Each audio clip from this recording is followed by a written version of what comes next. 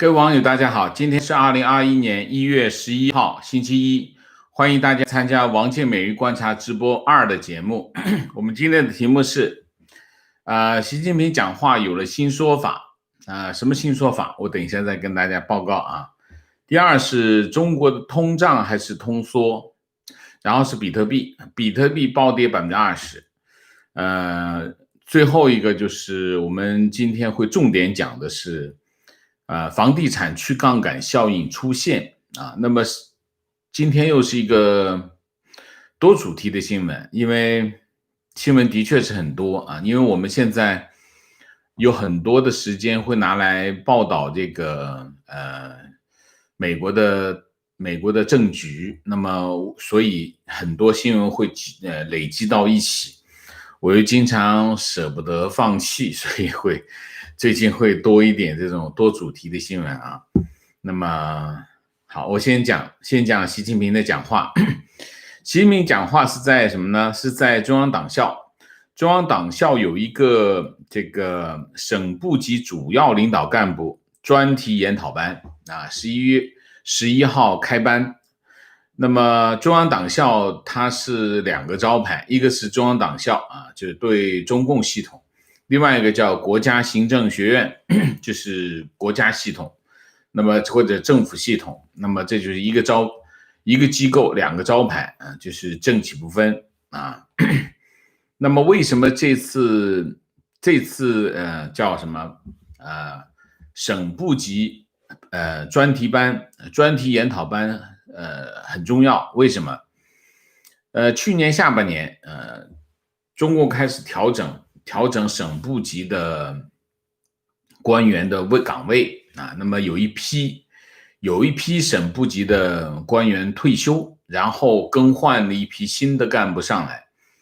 这批更换上来的干部主要是为20大做准备，所以这批干部等于是新干部。中共有个传统，就是换了新干部上来要进行一批轮训。所谓的轮训是什么？轮训就是学习班，讲的简单一点，就是洗一把去洗一把脑。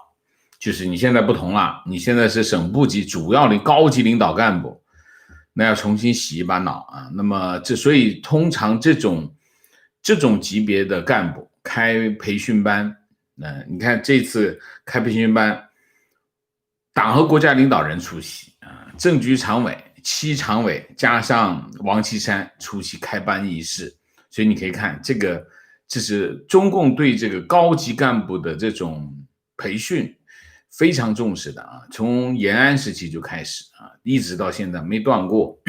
为什么？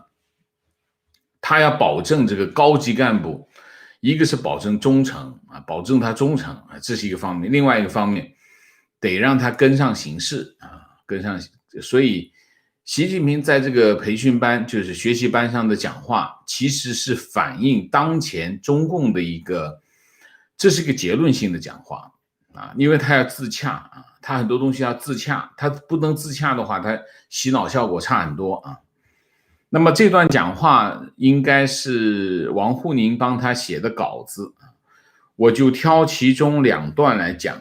为什么？就讲这2段最核心的内容啊。他这么说，他说他主要是我挑出来讲的是什么？讲的是习近平讲话当中对当前形势的一个判断。因为他对形势的判断或者对历史阶段的判断反映了什么？反映了他对当前他所处的这个环境的一个基本的描述啊，所以他这一段就很重要啊。他这么说，他说进入新发展阶段，贯彻新发展理念，构建新发展格局，是我国社会主义经济社会发展的理论逻辑、历史逻辑、现实逻辑决定的。这个有点不靠谱啊。然后进入新发展阶段，明确了我国发展的历史方位啊，贯彻新发展理念，明确了我国现代化建设的指导原则，构建新发展格局，明确了我国经济现代化的路径选择啊。然后然后就这么说啊。那么做出这样的战略判断有着深刻的依据，然后他的结论是什么？结论就是新发展阶段是社会主义初级阶段中的一个阶段。我念完，然后我再给大家说啊，社会主义初级阶段不是一个静态一成不变停滞不前的阶段，也不是一个自发被动不用费多大力气自然而然可以跨越的阶段，而是一个不动态的积极有为，始终洋溢着蓬勃生机活力的过程，是一个阶梯式递进不断发展进步日益接近质的飞跃的量的积累和发展变化的过程。然后他说全面社会主义现代化国家基本实现社会主义现代化，既是社会主义初级阶段我国发展的要求，也是我国社会主义从初级阶段向更高阶段迈进的要求。就费劲的念了一段这样的话。什么意思呢？两个意思。第一个意思，新的发展阶段，因为习近平他建立了一套理论叫做新发展阶段理论，意思就是中国已经进入了一个新的发展阶段。本来中国进入一个新的发展阶段，那么应该向更高的阶段迈进。那么从2012年习近平上台，然后到了他第2个任期，他就非常强调中国的这个新的发展阶段。新的发展阶段已经有新的历史地位，新的经济发展水平，要解决什么呢？解决贫困问题，要解决初级阶段的要解决这个小康社会的问题。所以他一直在强调，在他的治下，中国是进入了一个新的发展阶段。本来这个调子开始越拉越高，越拉越高，应该是不断的往前走。突然今天他把这个新的发展阶段把这个调子一下子给压下来了。原来这个新的发展阶段还是社会主义初级阶段其实就是说，你看原来的这个一直是往上走，走的这个中间啪一下下来了，这个调子一下子下来了这是第一个，就是说新发展阶段原来还是社会主义初级阶段，这是第一个。第二个，他现在开始整个的现在的这个发展理论全部都从新发展阶段又回到了社会主义初级阶段的语境当中去进行描述。就是说你可以看到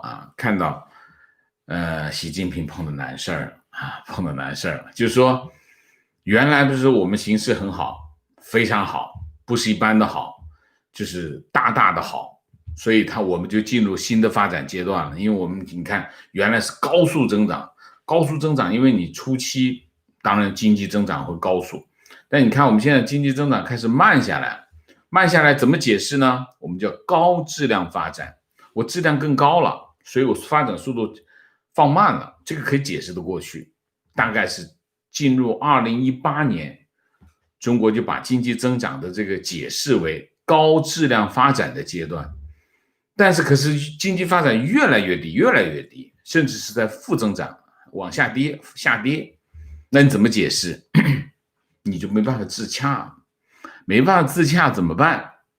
习近平现在你也看他这话锋一转，中国原来新的发展阶段还在社会主义初级阶段，说明什么？说明就是现在的情况比之前讲的就是高喊这个小康社会，高喊全面扶贫消灭贫困这原来的这个就这种高调的口号，现在没办法自洽了，但是他要建立一套理论这个理论当然理论上应该是王沪宁帮他整理出来那么今天这讲话理论上也应该是王沪宁帮他写的，因为看这行文有点像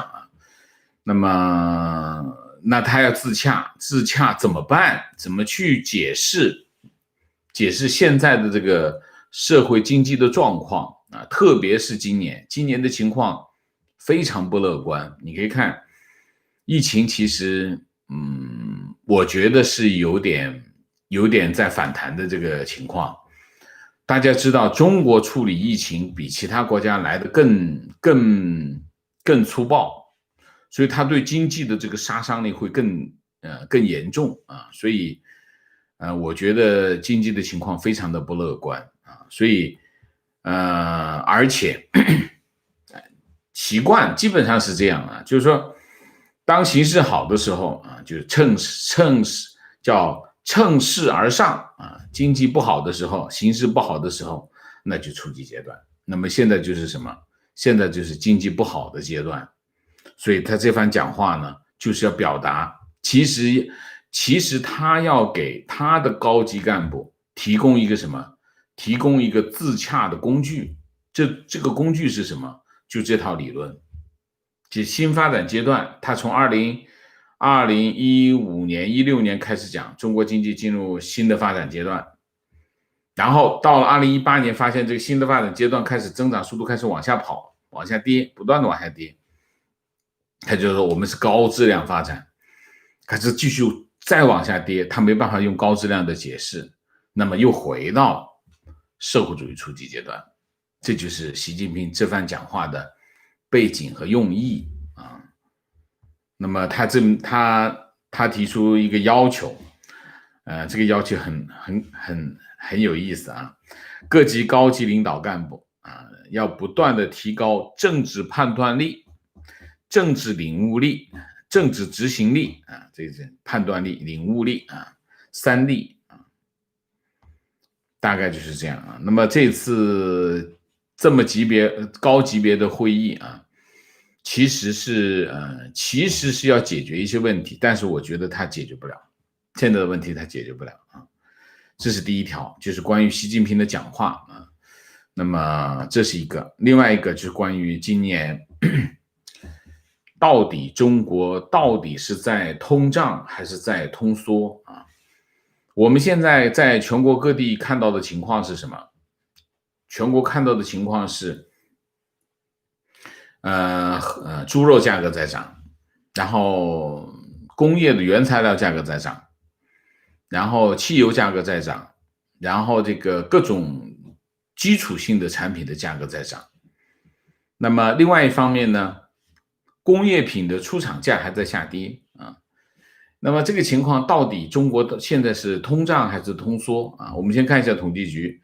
统计局就公布了去年12月份的数据啊，全国工业生产者出厂指数啊下降0.4%啊，工业生产者出厂价格指数呢就是叫 PPI 啊 PPI， 那么环比就上涨1.1啊，那环比一直在上涨啊，那么购进价格指数持平，环比上涨1.5，然后全年 PPI 比去年下跌了1.8%啊，购进价格指数下跌2.3%啊，那么全年的数字，从工业品出厂价来看，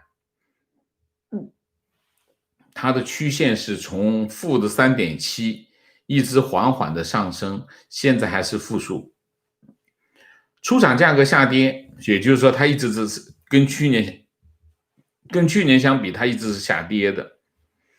那么工业品出厂价格下跌，表明什么？表明需求很薄弱，需求薄弱，所以工业品的价格才会下跌。如果需求很旺盛，工业品的价格是上升的，这是第一个啊。那么从宏观经济来看，中国内部的需求很薄弱，所以它是下跌，这是第一个。第二个，然后它公布的12月份全国居民消费价格指数是上涨0.2%，上涨0.2%就是 CPI 啊 ，CPI 这就是我们通常讲反映通货膨胀的水平，就是 CPI。那么 CPI 是上涨0.2%，那么上个月是下跌0.6%，这个月就变成了上涨0.2%。那么环比是上涨0.7%啊，上涨0.7%。那么总体来说，我们只分析这两个数据，其他数据我就不讲，因为展开来讲会没有时间讲其他的了啊。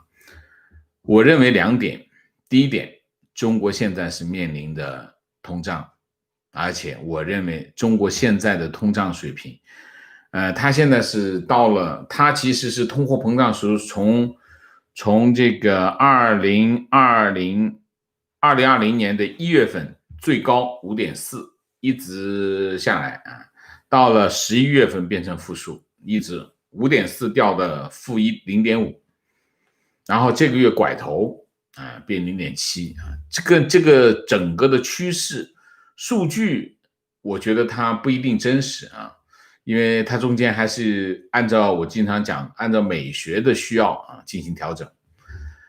但是整个趋势我是认可的，就是通货膨胀在反弹啊，在反弹。我相信今年上半年中国会面临新一轮的通货膨胀，原因在哪里？原因有2个，第一个，成本推动型的通货膨胀，这是非常典型的成本推动型的通货膨胀。那么，当通货膨胀来了的时候，人民银行会怎么做？人民银行会收紧银根啊，但它又不敢收得太紧。那么你可以看到，它是有松有紧。人民银行其实在做这个动作。那我后面讲跟房地产的影响是什么？那么这是一个方向，就是总的来说，中国在面临新一轮的通货膨胀的初期啊。但是通常来说，通货膨胀是什么时候发生？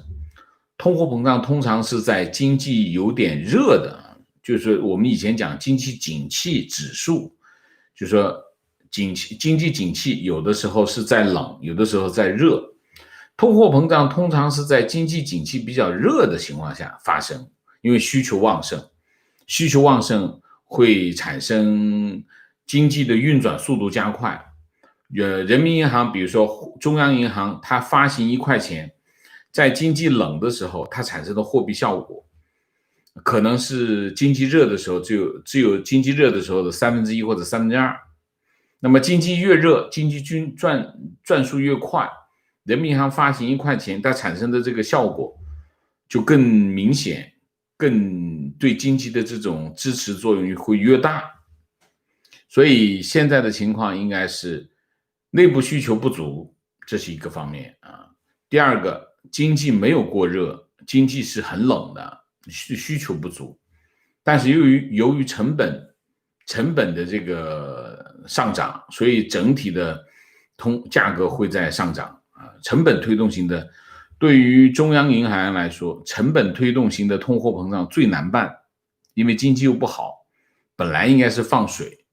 结果你成本性通货膨胀，价格又上去了。你要是不收紧银根呢，这价格还会往上跑。所以现在的情况，对人民银行来说，它可能就是结构性的，它只能结构性的调整货币供应，它也不敢使劲收，因为经济不好。这是一块啊，所以我们基本上就做出一个这样的基本判断，我不展开讲，好吧？第3个就是比特币，比特币暴跌20%。上个星期五涨到了41800美元比特币啊，那么星期一就暴跌，净跌2成啊，你现在跌到3万附近啊，3万美元附近啊，跌了22.6%。那么现在是我最新的价格我没看哈，我就这里看到的数据是30305啊。那么以太坊跌幅23%啊，985啊。那么市场蒸发，加密货币比特币和其他的加密货币都重创啊，因为之前涨得太多了啊。那么整个加密货币市场蒸发2000亿美元。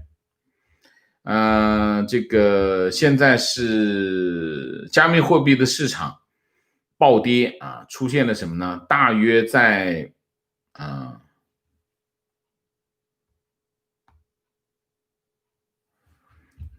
大概是这样的啊，加密市场暴跌，哪去了？过去24小时啊，加密货币大概整个的市场有20万人爆仓，20万人爆仓，爆仓的金额是141亿，那基本上大家可以理解这件事情就是血流成河了啊，大概是这样。之前呢，就美国东部时间12点，因为加密货币市场原来是已经到今年到现在中午12点，加密货币市场是8500亿。在此之前的一天，加密货币的总市值是1.1万亿所以它波动是非常大的。加密货币是一个高风险、高市场波动的一个市场，所以大家一定要小心一定要小心。我们上次报道的时候，我们也提醒大家，就是当这价格蹭一下上去的时候，而且它上的那么急的时候，通常这个时候就会有人一看哟要套现，一套现意味着什么？一套现就意味着可能会跌这是一个另外一个就是今天有一个消息这个消息是谁说的呢？是国际金融时报。国际金融时报我印象中我没查到今天我没查到。国际金融时报我印象中是原来是体改委后来是发改委下面那份报纸，反正总之是一个国家部委的一个报纸不是很 popular 的报纸。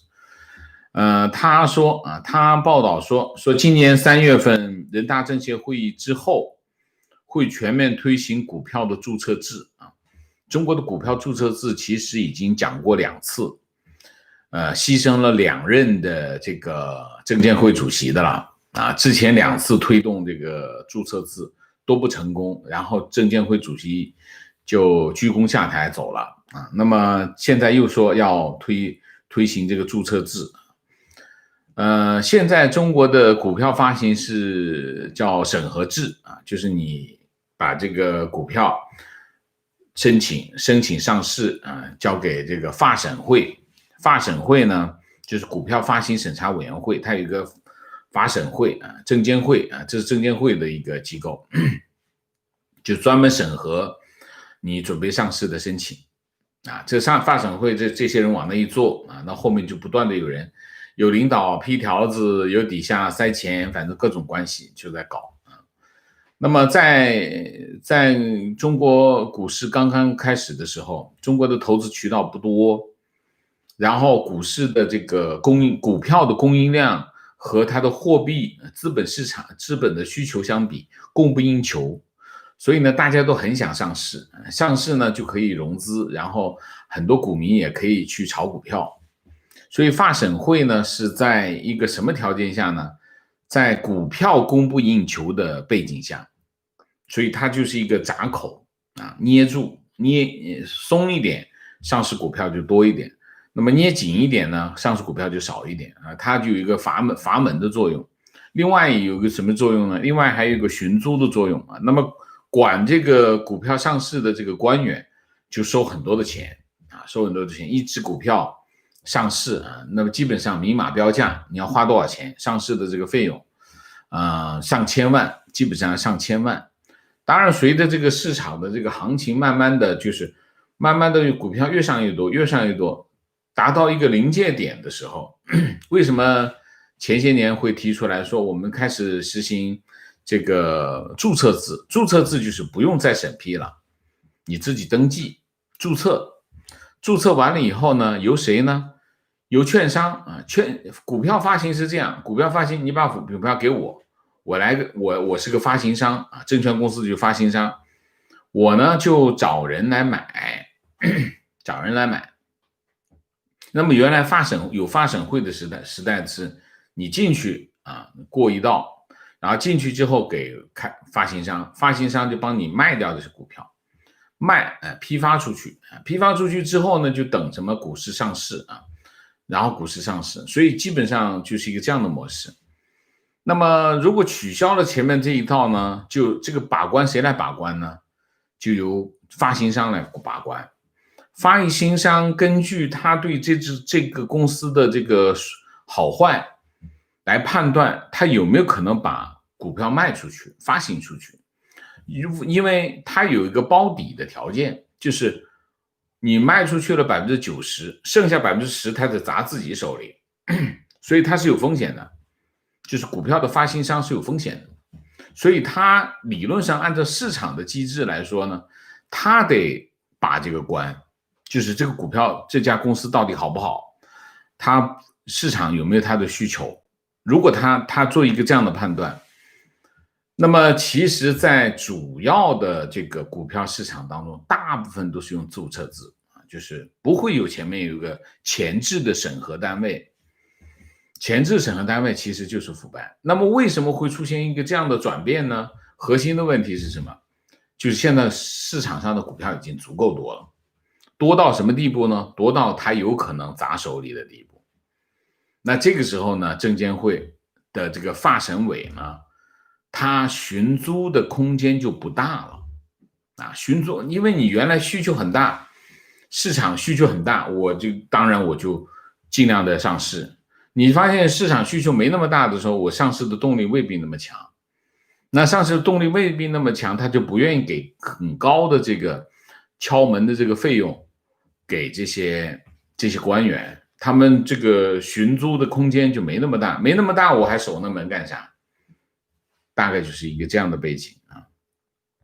所以注册制现在又开始喊，但是对我来说，我觉得中国股市这个阶段改不改注册制其实关系不太大。为什么？因为市场有足够多的股票，改不改其实没什么太大的关系。就是因为既然敲门的费用在下降，就是寻租的空间越来越少，发审会他的手会越来越松，因为对他来说没什么好处，他干嘛收那么紧？大概是一个这样的情况。那么今天我其实很想讲什么呢？讲房贷。房贷是房贷新政策啊，人民银行跟银保监会去年12月31号出了一个政策。这个政策是干什么的呢？控制商业银行对房地产市场的贷款啊，贷款比例啊。那么它为什么会出一个这样的政策呢？基本上是，这里面有一个就是怎么叫呢？叫看图说话啊。人民银行也好，银保监会也好，他们拿了一个东西，什么东西？就是美国次贷危机啊。美国次贷危机有一个很重要的是指标，什么指标？就是居民部门的这个房地产贷款居民部门的杠杆，或者叫老百姓借钱比例啊。那么中国的情况是什么呢？中国的情况就是每年的老百姓，中国的老百姓在银行的借款每年大概涨5.6%，大概是涨5.6%啊。那么涨了多少年呢？从2015年开始涨啊，2014、15年开始涨，涨到现在。那么也就是说，现在中国的这个居民的杠杆率和次贷危机之前美国居民的杠杆率差不多了。为什么中国人民银行或者银保监会一直在讲房地产市场会引发金融风险？其实这里面就是拿着美国的次贷危机来对比啊，对比觉得这个风险很大。那怎么办呢？控制风险。那么其实中国老百姓借钱主要借钱来干什么？买房子。所以呢，他从哪里开始控制？就从银行开始控制。控制什么？控制银行的这个贷款比例。那现在他就想把银行的这块房贷的这个比例控制下来啊。我读一下这个数据。2020年第3季度中国货币政策执行报告啊，里面这么说，他是说2020年9月末第3季度啊，全国金融机构含外资啊，房地产贷款的总额是多少呢？48万亿，48.8万亿啊，大数是49万亿啊。那么占总的贷款总的额的28.8%，大数29吧啊，就是整个银行向外面贷款了100块钱那么其中29块钱给的是房地产开发商盖房子，老百姓按揭买房子，花了29块钱在房地产这个领域啊。那么其中按揭贷款33万亿，这个开发商贷款9万3千亿啊，这大概是一个这个比率啊。那大概是4:1，就是开发商拿了1，老百姓拿了4啊。那么现在人民银行想干什么？人民银行就是要把这个，它其实不是着眼现在的存量，它是着眼总量，就是说，它要把这个银行新增加的贷款的当中，因为原来的贷款已经存在，你不可能让别人把钱退回来，那就是新做的这个贷款，你要控制这个比例，它就开始五档下来，各个不同的银行有规定啊规矩啊。那么这个情况一出现之后呢，所以我们刚才讲，人民银行也好，银保监会也好，他们其实是拿着这 textbook 在那里做这件事情啊。那么就开始，其实从去年开始，人民银行就在窗口指导就开始做了，已经开始做了，其实去年已经开始做了啊。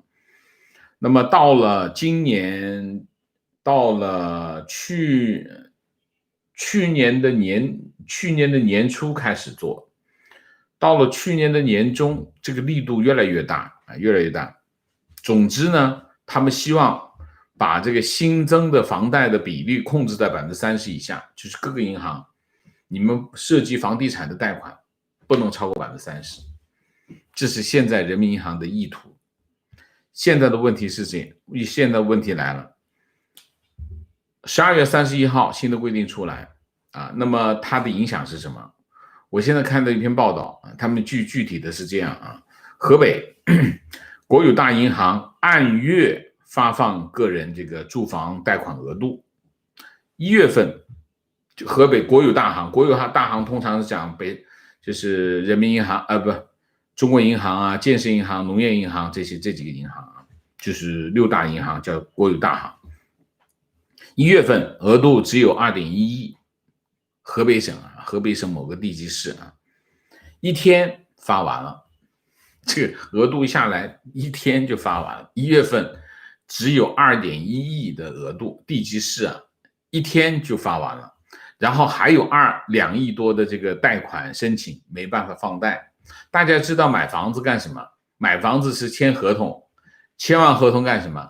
找银行贷款，银行批了以后，银行有个同意书，拿到同意书才去签正式的合同。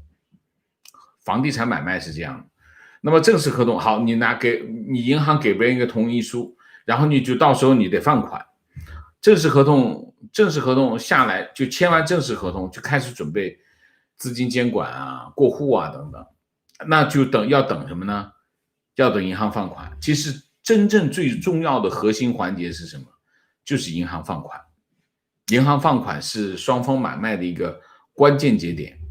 他现在是一天就把当月的额度放完了，还有2.1亿，还有2亿多的贷款放不了款，意味着什么？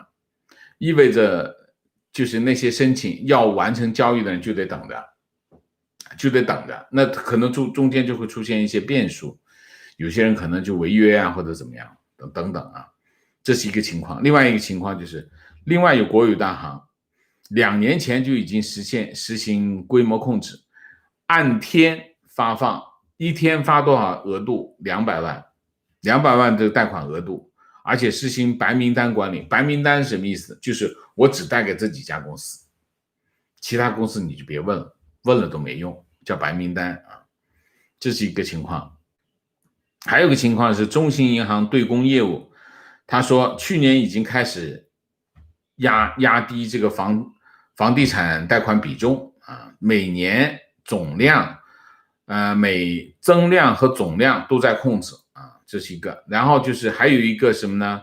整个省一个星期只有1个亿的额度，就是说那个头部有些房地产企业说，这个整个省一个星期只有1个亿的额度，对房地产来说1个亿就跟下毛毛雨一样啊。那么按揭额度就更紧张，要求存量客户还款才能够做增量啊，非常痛苦，房地产企业非常的痛苦，大概是这样啊，就是说有中小企业华南分部管财务的说目前正在申请开发贷，就是给开发商的贷款。国有大行、省分行说今年额度很紧张，全省一年才领了27个亿，27个亿，一个省一家大行一个省一年才领到了27个亿的额度，然后今年这个额度很紧张，你赶紧来提款，他可能已经跟他已经欠，这你再不来提款，可能你过完年可能就不好办了，就这种情况啊。好，我们讲影响和后果。前两天有上海的网友来跟我探讨，就是关于上海房价的问题。那么有一些原因，所以他们讲上海房价去年的确是涨了啊。我是不知道，我没有看上海的房价。其中有一个原因是什么？上海已经把这个入户的条件放宽了啊，原来只有北大清华毕业生可以申请，现在把本地的几家复旦还有什么，还有几家往嘴边上讲不出来，放宽呢，就变成什么呢？就很多的人会进入上海，去解释这个理由啊。我看了一下，我还没有去时间去深入研究啊，我只是报告一件这样的事情啊。好，我们来讲影响。第一个影响，中小型的房地产企业啊，举步维艰，这是第一步。第二个，这个大企业房地产就大型企业，包括我前两天给大家读过一段这个恒大的商铺的这个销售啊，说全款给我，分10年退还给你啊，所以你看恒大多困难啊。那么现在的情况，房地产行业真正的进入了大洗牌、大分化、集体倒闭的惨烈阶段，开始进入这个阶段，对房地产企业来说啊。那么在这个过程当中，不排除之前杠杆比较高的这些房地产大型企业会倒下，是谁我就不说了啊。当然，我相信会有大量的中小型的房地产企业倒闭啊，这个情况应该是不困难预测的一件事情啊。房地产的本质是什么？房地产的本质就是金融啊。大家知道房地产的价格有什么决定呢？由进入房地产的资金决定。如果进入房地产的资金越来越少，意味着什么？意味着房地产的价格会出现剧烈的调整啊。那么金融政策、金融环境的调整，我们从历史情况来看啊，那房地产泡沫的破灭跟什么都是一个原因。什么原因？就是我刚才讲的金融政策的调整和金融环境的改变造成，所有的房地产的泡沫的爆破都是这个原因造成。那么你可以看到，现在所以人民银行的策略是什么？它存量它不大幅调整，存量不动。即它给这些银行有过渡期啊，有的过渡期是2年，有的过渡期是4年，让它慢慢的调整现存。比如说你超标了，超标2个点，超标2个点是吧？行，给你2年时间把你的结构调整过来。但当他给他2年时间调整的时候，银行在做什么？银行只在做一件事情，就是到了期的合同我就不再续了，我就不，原来是这样的，原来是滚的嘛，你还给我的钱我拿着再贷出去，我现在你来还给我的钱我就不会再贷出去了，我就把这个比例降下来，符合要求才行，你就会发现新的贷款慢慢就离开房地产市场，也就意味着什么？金融环境就开始发生变化了。人民银行的这个措施呢，其实它是想慢慢的撒气，但是这个慢慢撒气未必会。我们通常的讲法是什么？我们通常的讲法就是市场总是比你想的要变化的快一些，所以我认为人民银行的这个收杠杆的效果会被市场放大。为什么？因为这个效果其实是可以预见到，预见什么？预见你想一下，这个钱是越来越少，水涨船高，水落石出嘛，是不是？那么情况就是这样，所以我觉得，如果这个政策持续的坚持下去，半年之内，房地产市场必出大变。半年之内，房地产市场必出大变。所以我还是在这里提醒大家，就是我们以这个房地产的金融逻辑来讲这件事情，就是房地产市场如果这项政策持续下去的话，中间改变我不说啊，持续下去的话，房地产的投资价值就是一个这样的，会是一个这样的曲线啊。所以如果大家手上持有的房地产的资产比例过高的朋友，要考虑一下调整你的投资结构，好吧？好，我们今天的主题就又讲时间讲冒，就讲到这里。我们下面进入互动啊，进入互动之前例行公事，请大家点赞，请新来的网友订阅，请大家加入我们的会员，支持我们做更好的节目。那么进入互动之后，请大家不要聊天。那么4个情况、问题、观点、情绪，好吗？那我今天上午在我们网友提出来要求我回答一个问题，就是到底这次美国大选有没有作弊？这个问题其实我讲过很多遍，但是有网友在推特上问我说，你能不能再讲讲这个问题？老实讲呢，我就不是很想讲，因为我已经讲过很多遍。那我们花太多的时间来讲这个问题也没有必要。我正好今天我就看到一个在推特上看见一个叫张雪忠的大 V 啊，张雪忠是个律师啊。我在推特上我已经看到很长时间，但我不知道他是谁。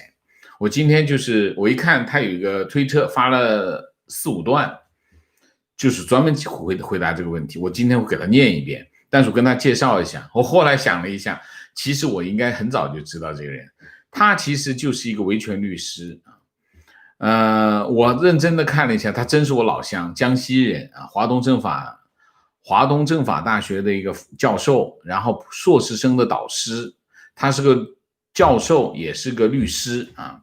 他以敢言著称。其实我早年知道这个名字，只不过我中间断了，我没接上啊。然后呢，他是被华东政法大学停了课，就是因为他参加维权啊。2013年12月，华东政法大学把他解聘了，然后2019年把他的张雪忠的这个律师执业证给吊销了啊。这个这样的人啊，他就是在回答很多网友的问题，我就把这个问题一起念一遍啊，我就不我自己组织了，我就谢谢张雪忠教授啊。那么我就把这个他答的比我想说的要好，所以我就用他的推特给大家念一遍啊。不止一次有人问到，你对大选舞弊怎么看？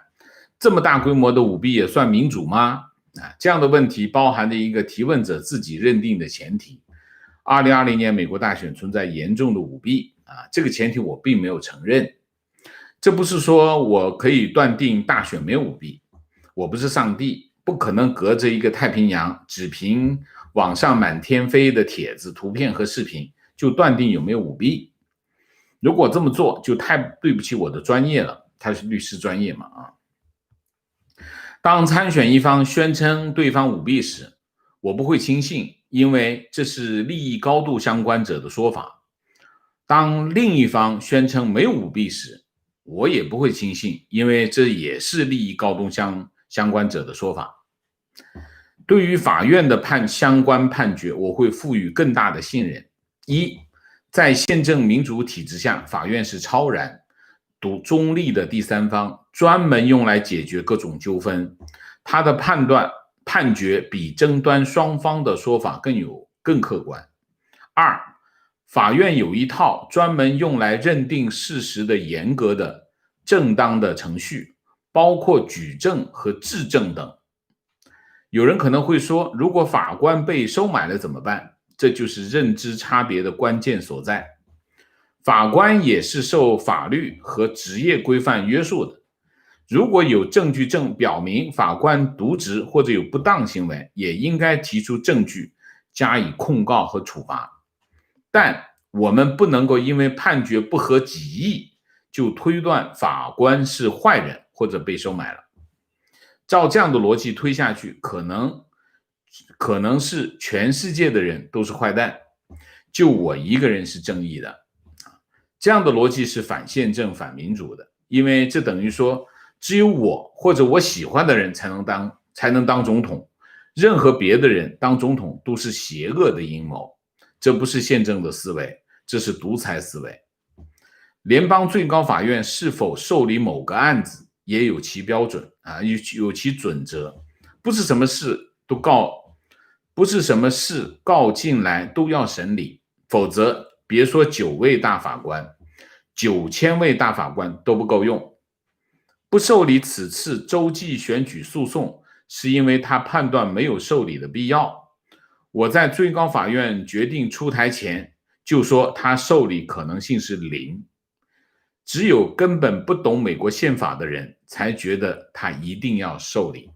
这就是张雪忠教授律师的帖子，我就借来回答网友的问题。他答的比我好，所以我就鸣谢一下啊，好吧 ？OK， 我已经交差了啊，那么下面就进入互动，看看今天大家有什么高见。鸣谢 TT 啊 ，John 江，谢谢啊。今天直播第59分钟有关大选的一席话，言之凿凿，希望那些木头脑袋早日开窍。王老师加油，谢谢啊。情绪，我看 YouTube 好多年，见证了很多时政中文自媒体大 V 的成长。这次美国大选是一个试金石，也是一个照妖镜。王老师是真金不怕火炼。另外，除了5毛之外，很多人点彩，更说明王老师节目要更好的做下去，要启迪思想，让更多的人清醒。谢谢啊，谢谢，你给我提出了更高的要求，我会继续努力啊，谢谢你。提问：比特币大涨的时候，正好是国内宣布控制房贷的时候。昨天美国宣布调查中国地下钱庄流向，今天比特币就大跌啊，这两者之间有联系吗？我不觉得有联系。为什么？他们资金关联度没那么高啊。你要知道，跨境的资金流动那是现在是有点困难的啊。提问：为什么每一届中国领导人都喜欢提出这个或者那个理论？明显是吹牛皮或者自圆其说，这是一种刷存在感的方式吗？我觉得在国内的政治博弈中不需要这种空虚的理论，它的目的只是为了巩固自己的地位吗？每一个中共的领导人，他都要给自己一套理论啊，给他一套的理论，为什么要做一个这个动作呢？这个动作有2个原因。第一个原因，你要知道，中共和其他的政党不同之处在于哪里呢？在于他一直在画一个大饼给老百姓，包括他自己的党员啊，要说服他们，你要跟我走哦。虽然你可以饿得半死，甚至你饿死，但是你要跟我走。跟我走的理由是什么？我画了一个大饼给你啊，这个大饼你就跟着这大饼走就行了。这个大饼你得有东西来支撑，这个支撑的东西是什么？支撑东西就是它的理论啊，它要有一个理论的架构去支撑它画出来这个饼。如果它没有理论架构的，这饼支撑不住，它掉下来怎么办？掉地上。所以第一个理由就是，当他给人民画一个大饼的时候，他需要一个理论框架去支撑。这就是每一届领导人他为什么要根据当时的情况，比如说江泽民是三个代表，那么这个胡锦涛是科学发展观，那么习近平是新时代社会主义啊。习近平是最没特点的，因为你看不出来他到底在讲什么。其实在邓小平改革开放，邓小平路线啊，他每一个领导人他建立一个这样的理论框架来支撑他的画出来的那个大饼，这是第一个原因。第二个原因，跟他这些领导人他在中共的历史上会有一个，每一个领导人都有一个地位，他希望他有地位，有地位你必须要有一个理论的框架，你才会有地位。就是对每一个中共的领导人来说，他的历史地位有什么决定呢？有三个东西决定的。第一，你有什么过人的理论啊？第二，你有什么工业啊？比如说，香港回归了啊，收回香港主权，这是个工业。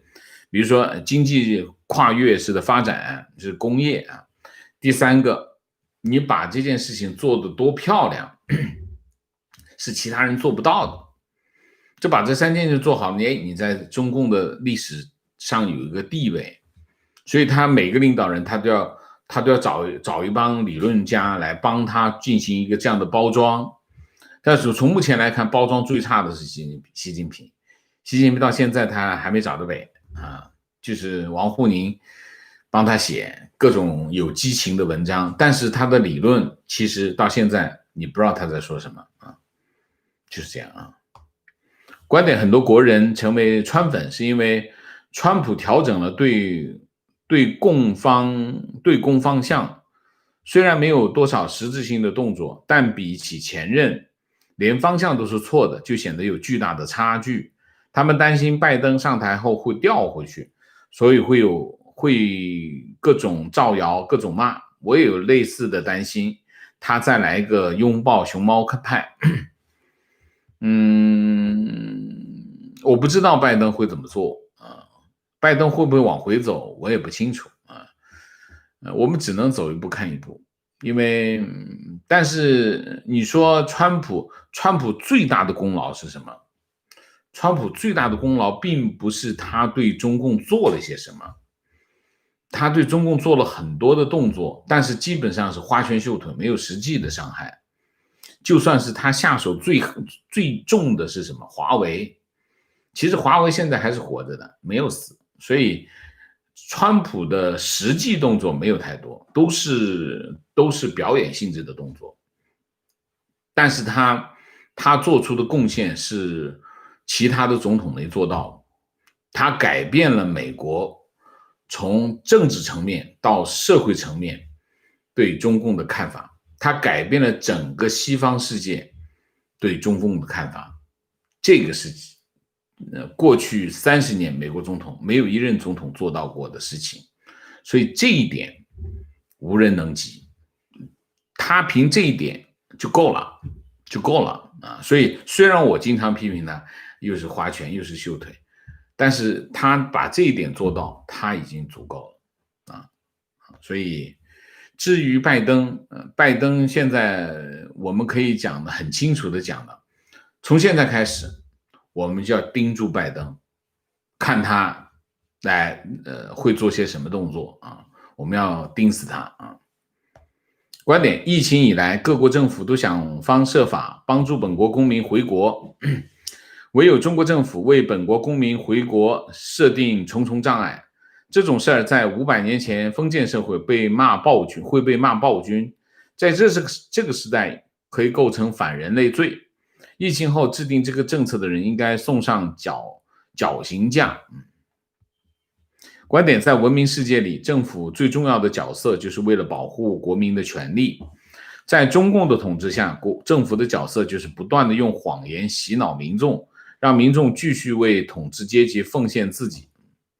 观点：经济发展是共匪所谓合法性的唯一证明。希望经济崩溃，老百姓醒悟，推翻共党。这里面有2点在我们在讨论这个问题的时候大家知道，中国经济肯定是过去20年来最差的，今年去年也是最差，今年也是最差。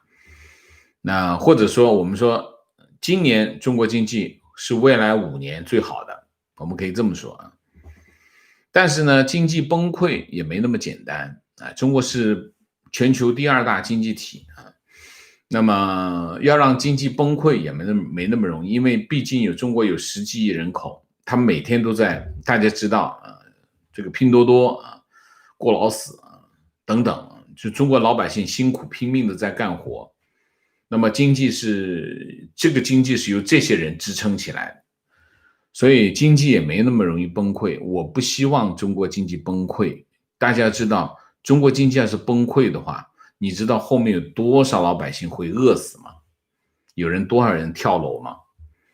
所以我不希望发生这样的事情但是呢这就是一个矛盾矛盾在哪里呢？当中国经济蓬勃的时候，共产党手里就有更多的弹药，他有更多的弹药，他就干什么？他就拿来对付老百姓什么天网什么，你看现在中国警察的中国还有警察节全世界都是设定的节日都是给弱势群体，中共给警察是一个节日所以为什么？因为他这警察治国警察国家，那当然就要给他地位警察节。所以你看警察的装备很好他有钱他就干这个，所以这就是矛盾的地方。那当然你从对付中共的角度希望中国经济崩溃，但是我从民生的角度我不希望中国经济崩溃，因为中国经济崩溃首先饿死的老百姓，所以这就是矛盾我们面对的这个世界就是这么不尽人意，我们面对的世界就是一个这样的世界。所以我的工作是什么？就是告诉你这个世界到底发生什么事情至于我们的愿望，老实讲这个世界真的不管我们的愿望是什么，往前走观点说中共经济崩溃，我估计不可能。有一种说法，低人权优势，尤其是奴隶制更有发展效率，前提是经济一体化。罗伯特·福格尔曾经论述过美国南北战争前的南北经济状况，得出南方更有效率这一结论。北方若不发动战争，靠自由竞争，不是南方的对手。同理可以类比一下现在的中美，我完全不同意。为什么？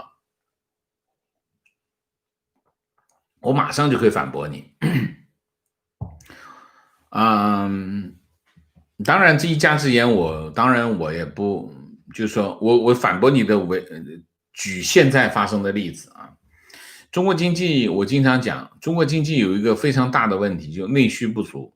中国经济原来有3驾马车投资、出口、消费，但是一直来说消费是一个短板。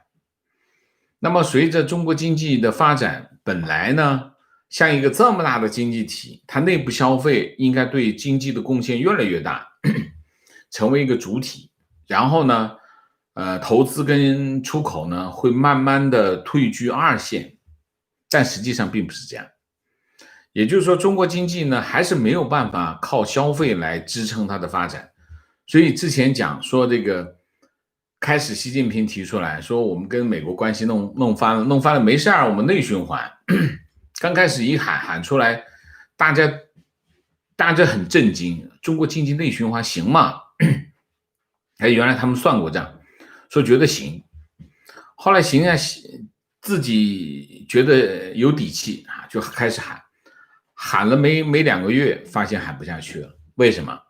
很多经济学家最后得出的结论是什么？中国根本就支撑不住，因为中国内需很差。内需很差的原因是什么？消费不足。消费不足的原因是什么？老百姓很穷，老百姓非常穷。中国的这个贫富差距很大，你看的是个原来一看中国人居民的存款还是蛮大的，金额蛮大的，那就有这么多存款怕啥？结果后来发现，其实呢，中国的存款都在少数人手里，大部分的包括中产阶级手里没什么现金，你要让他消费，他消费不起，买不起的结果是什么？内部需求不足。消费不足，所以到后来他不喊了，就还喊不出去的话也收不回来，怎么办？就是以这个内循环为主，内外循环相互促进，就把原来的话给兜回来。如果讲这个话呢，基本上跟没废话一模一样，因为本来就是内循环为主体，内外循环相互促进。一直全世界都是这样，那你有什么意义呢？那跟没说一样，他就等把原来讲的话给废掉了，道理就在这里。所以你说低人权状况是什么？低人权状况的本质是什么？低人权状况的本质就是剥削老百姓，让老百姓获得的经济的他的获取的收入占整体经济的比例非常的低，这就是低人权的本质。低意味着什么？没钱，没钱的结果是什么？消费上不去，经济起不来。所以我可以完美的反驳你啊。观点同意，今年中国有滞胀的问题，因为今年电费会加，原料入口价格也增加，但中国经济却开始走下坡路，形成滞胀。我估计 CCP 想学当年的美国那样，把银根完全收缩以求回复。不过 CCP 的执行能力不看好有这水平。提问：王老师，你觉得中国会出现次贷危机吗？我之前看了一些美国记者拍摄采访的一些国内所谓的鬼城，就是那些在中小城市开发商造的各种巨大无比的无人住的楼盘。美国人一直觉得中国的房地产泡沫会破碎，但是房地产也坚挺了那么久。我理解大城市对住房的需求很大，但是2、3线城市泡沫不会破灭吗？中共是怎么撑住的？求解。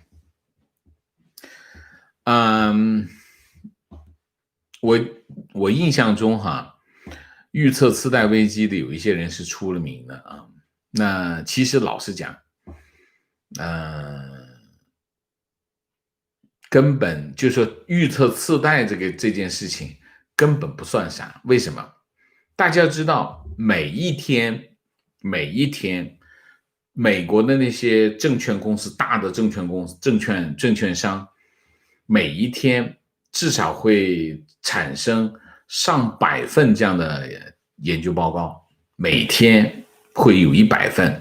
我在报社的时候，我们桌子上会每天堆这么厚一摞各个证券公司送来的这个研究报告，根本看不完。你想一下，有这么多人在预测经济未来发展的情况，所以你说有人预测到了，只不过每天发生的上百份的研究报告中的其中1份而已。所以我根本就不觉得谁跳出来说我已经预测到了，我根本不觉得有什么了不起的。这件事情就是这样。那么一个经济，比如说一个泡沫，它什么时候破，没有人知道，没有人能够猜得到。因为经济活动它经常此消彼长啊。当你看到这件事情已经到了不可接受的地步的时候，突然它另外一个东西发生变化，它又没事了。经常会发生这种对冲各种效果。人类的经济活动是人类社会最复杂、最频繁、最不可预测的活动之一，所以没有人能够预测。所以你经常有人讲中国房地产泡沫到现在怎么还不爆？是不是没泡沫？不知道。泡沫只是对一个房地产现象的一个总结就是说它通常表现成3个方面。第一个，价格非常的高，这是第一个。第二个，它的体积非常的大第三个，它对整个经济的影响非常的大，就是它吸收了整个经济里面的大部分的养分，就是一个这样的情况。那么它什么时候爆，没有人知道，也许1秒钟它就爆了，但是也可能10年之后它还没爆，都有可能。所以没办法，它是怎么撑住的，我都讲了，经济活动非常的复杂，你可能有些地方已经爆了，你不知道。所以有些城市已经爆了，你不知道而已啊。所以我们不必去把握大家知道房地产是什么？房地产是每一个细分市场是完全不一样的。一个城市，这个片区在涨，那个片区在跌；这个省，这个城市在涨，那个城市在跌，因为它是个非标准化的产品。非标准化的产品的特点就是每一个区域都不同，所以你要去把握整个全国的这么多个城市的房地产的情况，真的不容易啊，真的不容易啊。提问：王先生，通胀是否可能进一步导致滞胀？我理解，如果现在中国的通货膨胀上来，中国的通货膨胀要到什么样的水平呢？大概要到2%到3%以上才叫通货膨胀，在2%、3%以下都不算通货膨胀。这第一个，为什么？因为历史的数据就是这样啊，就是说一般来说2.5%以上，我们叫中国出现了通货膨胀。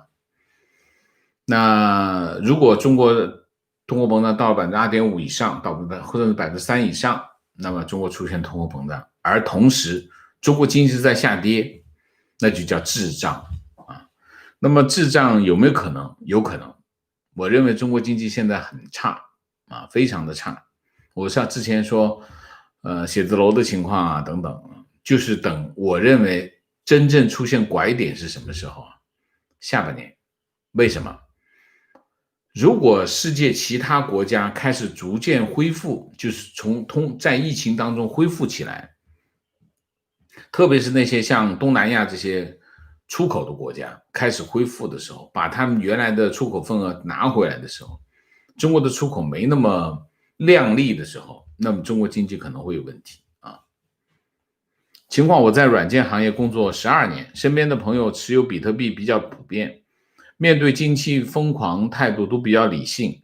另外需要普及一个知识，全球通过身份验证的加密货币账户已经接近1个亿。数据来源：剑桥大学商学院的替代金融中心。OK。观点：街头示威、群众聚会、冲击政府部门、瘫痪政府运作，这些应该都是反对党或者是无权者抗争的手段，是对执政者和权力的社会制约，是民主社会的一部分。但是执政者发动这种运动是对民主政体的威胁，因为这样就没有了对其权力的制约。从历史上看，由执政者发起的群众运动都造成了严重的社会动荡或者形成独裁政府，是对民主的背叛。以上观点请老师和网友指正。